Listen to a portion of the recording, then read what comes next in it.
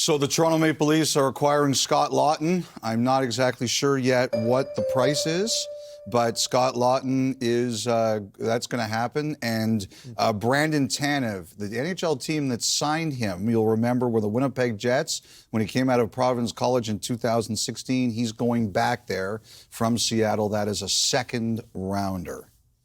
All right. Now, the Brad Treliving less than a week ago kind of cautioned everybody here about the prices that were out there. Maybe it's not always the biggest splash that is the most effective for teams trying to win in the playoffs. Is Scott Laughton the biggest splash? No, but a critical ad here for the Maple Leafs down the middle as they look towards the springtime. Dave? All right, that's great stuff. Kyle and Elliot, a double dip there. Scott Laughton to the Leafs, if you're keeping track at home, and Brandon Tanev to Winnipeg from Seattle. And so everything, in the immortal words of Bob Cole, everything is happening because there was a lot happening. We want to dig in on the Brady Tkachuk stuff, but I think we should probably start with this trade stuff and then we'll circle back. Let's start with the Leafs and Scott Laughton. We just had Sean on and Luke Fox, and it was this notion of all these players are coming off the board. Brad Treliving finally acts. Let's start with you, Kev. What do you think, Scott Laughton? Something's got to come out the other way. So that's what the first thing I wonder is who's going back the other way. It's not just a draft pick. It's got to be somebody, but we all decided, I think we're kind of all on the same page. This is a huge ad for them. I think if anything, this was going to be it. A little bit of insurance at the center position, a guy who's a veteran guy who's been in the league now for a while. He's obviously got a sense of humor with the Last Supper picture and maybe a little bit of forecasting there. He maybe knew this was going to happen, but the assistant captain on his jersey means that he's a leader and he's respected by his teammates. His cap hit is very friendly. Reasonable. If he plays up to his potential, I think everybody in Leafland is happy with this. And local guy too, right? Yeah, and yes. He's a local guy. And a year remaining too, so that's good for the Leafs. I really like this move a lot. They need a third-line center, and he fits that bill.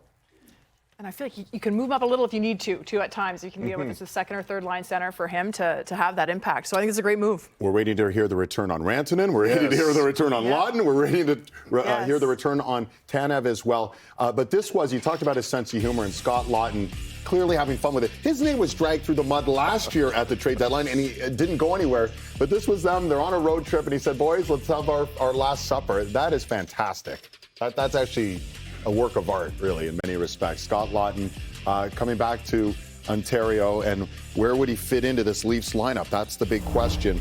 They want to do some things up the middle, and they look a lot stronger up the middle if they shift Max Domi over to the flank. Do you think this is enough up front? Earlier today, you guys said you weren't that concerned up front, Jen.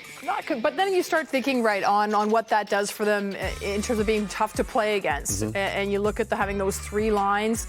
I mean, McMahon's been having another reliable season, so that's a very solid third line that you can be happy with some matchups for them. I think it's size, too. I think Matthews is obviously a beast. Tavares plays big. Laughton's 6'1", but he plays bigger than that. You mentioned Yarncroke earlier in the morning. I think he'll be in Holmberg's spot by the time it's all said and done. He's only 2 games in. I think once he gets going, Nylander wants him on his line. So even Holmberg down the fourth line makes that a pretty good-looking fourth line. Like you're looking at now, like stacking 4 lines against 4 lines when you play the Floridas and the Tampa Bays, and that looks pretty good right now. You're not afraid of anybody now, right? Not with those 4 lines. I like that lineup. 30 years old, center from Oakville, and again, 2012 draft pick of the Flyers. We saw the emotion from Brady Tkachuk. He spent his whole career with the Flyers. This is going to be a bit of a change, obviously, for Scott Laughton. He's from Oakville, you said? Yeah. Oakville. Oh, so Ron sees him at Whole Foods for sure. Anyone from Oakville runs into Ron McLean at Whole Foods. Ron definitely would know. Produce section.